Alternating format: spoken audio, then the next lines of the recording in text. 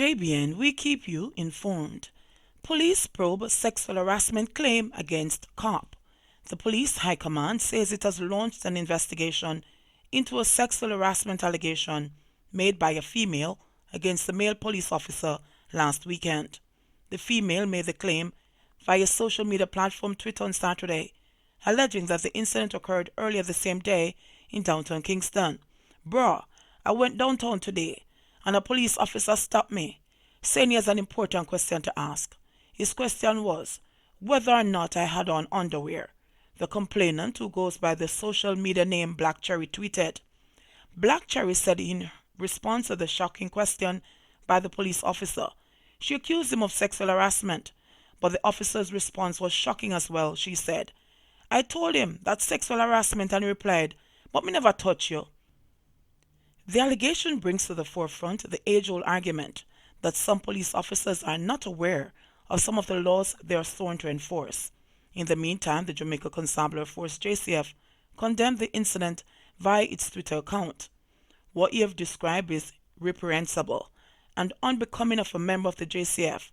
The JCF tweeted in response to the complainant, adding, "We intend to take action on this matter."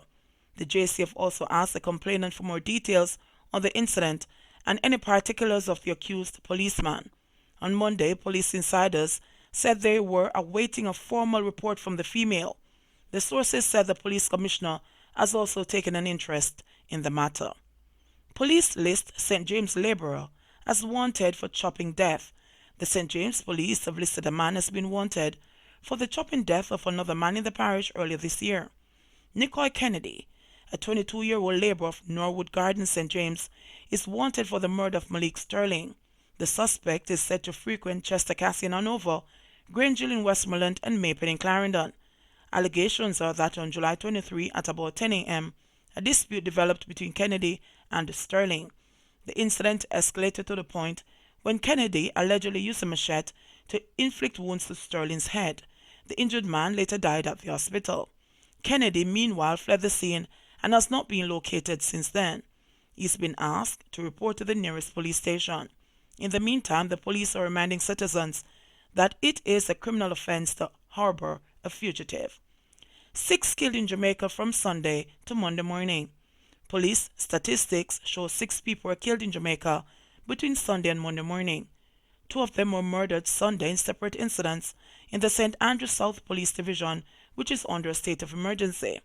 One has been identified as Devon Gale, a farmer from Waterhouse, while the other is an unidentified man. Another man was shot and injured by gunmen in the St. Andrew South Police Division. Meanwhile, there were 2 murders in the St. Andrew North Police Division. 49-year-old Jode Ricardo Marshall was killed about 9:30 Sunday night at a shop in Lawrence Tavern, while 40-year-old Leon Edith, also known as Stalky, was shot on Grantspan Avenue about 12:30 Monday morning. Cleon Peart, 58, was stabbed to death in Knockpatrick, Manchester, Sunday morning, while 35-year-old Andre All, also known as Beanie, was shot and killed in Barrytown, St. James at 11 o'clock. Gun and ammunition seized by the police across 3 parishes. The police say they are still questioning 3 men who were held during an operation that led to the seizure of 5.45 cartridges and 9 9mm cartridges in central Kingston on Saturday. Reports are that a team of police personnel went to Anderson Road in Almond Town, and during a search, 5.45 cartridges along with 9 9mm cartridges were seized. 3 men were taken into custody in relation to the seizure. In another operation in the St. Catherine South Police Division, officers seized 16 rounds of ammunition during an operation in Helsha in the parish also on Saturday. Reports from the Portmore Police are that about 11:30 p.m., lawmen were in the area when they saw 2 men who ran on seeing the police, during which an object fell from one of them. The object was retrieved and close examination of it revealed that it was a magazine containing 16.40 rounds of ammunition. No one was arrested in relation to that seizure. Investigations continue into the incident. And in another operation, this time in St. James, also on Saturday, a chrome Taurus pistol was seized by the police during an operation in Glendavon in the parish. Reports from the Montego Bay Police are that about 3:30 p.m., law enforcers were in the area when an open lot was searched and the weapon was found in bushes. No arrest was made in relation to the seizure. Investigations continue in relation to the find. Justice Minister says it's senseless imprisoning fathers who don't have the means to meet child maintenance obligations, despite the fact that they can be imprisoned for non-payment of child maintenance fees. Nearly 5,000 fathers have been taken to court by Jamaican women for child maintenance every year. While mothers complain bitterly, Justice Minister Delroy Chuck says it makes no sense arresting men who are unable to pay, as it doesn't help the situation. It doesn't make sense locking them up if it cannot be enforced because they don't have the money. It's a totally different matter if the father can afford it and is not paying the maintenance. In those cases, they very often can ensure that he's locked up to enforce the orders. But in many cases, the fathers don't have a steady income, said Chuck. Back in March, using data from Court Management Services (CMS), it was revealed that an annual average of 4,775 fathers are brought to book for not paying their share of child support. In August, while delivering the main address at a Child Diversion Programme Sensitisation seminar for Justices of the Peace and the Police in Mandeville, Manchester, Chuck said far too many Jamaican fathers are being called to family court for maintenance. In his more recent comments, he said the court is doing the best that it can. I don't know of any complaints coming to us for there to be any modification to the child maintenance order. I mean, the question of enforcement order is something that can be looked at. The question is whether or not families that can afford it are not paying the maintenance, said Chuck. The Maintenance Act of 2005 states that both parents are obligated to provide for their child once the child is unmarried and under the age of 18. The systems are in place. Enforcement orders, to the best of my knowledge, exist, and the court has done its utmost best, but to the best of my knowledge, a lot of the fathers are just not in a position to carry out their duties. Most of the complaints that I get are from fathers who feel that they are being harassed or the amount that they are being asked to pay they just can't afford. So a lot of the fathers are behind in their payments, and when you say, go back to the court and explain, the court literally tells them, try your best, said Chuck. Ida Moore, not her real name, is one of many Jamaican women who have had to take their partners to court for child maintenance.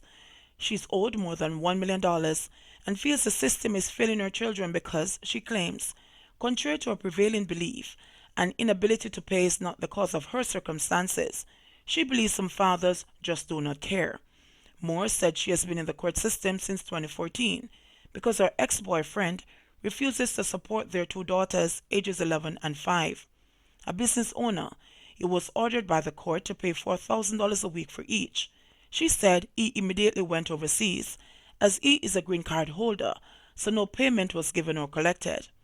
I took the issue back to family court to let them know he wasn't paying, and each time there was a day to show up, he was missing. The system is like this.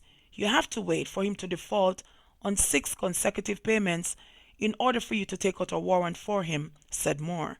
A warrant was issued, but he was not on the island and was not served. On his return, he was arrested. It took him 2 years to pay off over $200,000 owed at the time. But while he was paying off that overdue amount, he should have been making his regular payments. He hasn't been doing that, and so now owes about 2 years in child maintenance fees, said Moore. Moore is a contract worker and works only 6 months for the year. She said even though his business has expanded, he is asking the court to reduce the monthly payments. I would want a fairer system. Suppose I couldn't seek my way out for my girls. How is the system helping my kids? The justice system is not working. It's not doing what it's supposed to do. What happened to some other women who don't have it? That means their children won't go to school? That means their food now go eat? No, that's a stupidness, said Moore. For other women who feel the same about the system, they are now heading to the steps of their partners' employers, asking for assistance. However, David Wan, president of the Jamaica Employers Federation, said employers ought to be careful. I would tread very carefully if I were an employer, because you have no right to take that money out of the man's pay. You have no legal right. But if she has a court order, then you can write to the employer so that it can be on record, and the employer would deduct the money as directed by the court order, said Wan. Don't take me for no idiot, Judge warns accused wife beater. A man who is accused of assaulting his ex-girlfriend and refusing to leave her house months after their relationship ended began perspiring profusely when he was told in his appearance in court last Friday that his bail could be revoked. The court heard that the complainant was sitting in her room and looking through a window when the accused Dwayne Powell appeared and held her by the throat. When she began to punch him in an attempt to get away, he began dragging her. The prosecution told the court that when Powell was cautioned, he said, "Officer, talk to her, please. We'll pack up my things and leave." Powell had appeared in the dock in high spirits before pleading not guilty to assault causing bodily harm. However, when Parish Judge Chester Crooks explained to him that he had disobeyed an order made by the court in regard to a similar matter involving the same complainant, his knees apparently became weak and he had to sit. Even though the court order was not disclosed, the judge asked Powell to provide an address where he could relocate instead of staying at the complainant's home. Powell said that while he was no longer living at the property, he has a bed there. "I am unable to go for the bed because I'm sick out for 4 days now," he said, clutching his stomach. "You can sit down, sir," Crooks suggested. "It's all right. You can get treatment in custody." "I will send my mother or sister for the bed," Paul replied quickly as he wiped sweat from his forehead inside the air-conditioned room. Prior to setting a mentioned date, Crooks said, "I'm not going to remand you in custody, so you can stop putting on a show." The judge then uttered, "Me know me look simple, but me not like people use them head on me." Powell's bail was subsequently varied, and he was ordered to report to the Kingston Central Police Station every Monday between the hours of 6 a.m. and 6 p.m. An October 9 mentioned date was set for him to return and inform the court that he has removed all his belongings from his ex-girlfriend's house. "Try and ensure that you get a bottle of water because you look dehydrated. Take his fingerprint," Crooks ordered. "Get him some water and take him to the bail desk for his bail condition to vary," Crooks told one of the officers of the court. Powell exited the dock with a huge grin before he was escorted off by the police. JBN, we keep you informed. Please remember to like, subscribe, share, leave us a comment, and click the notification bell to receive our daily news items.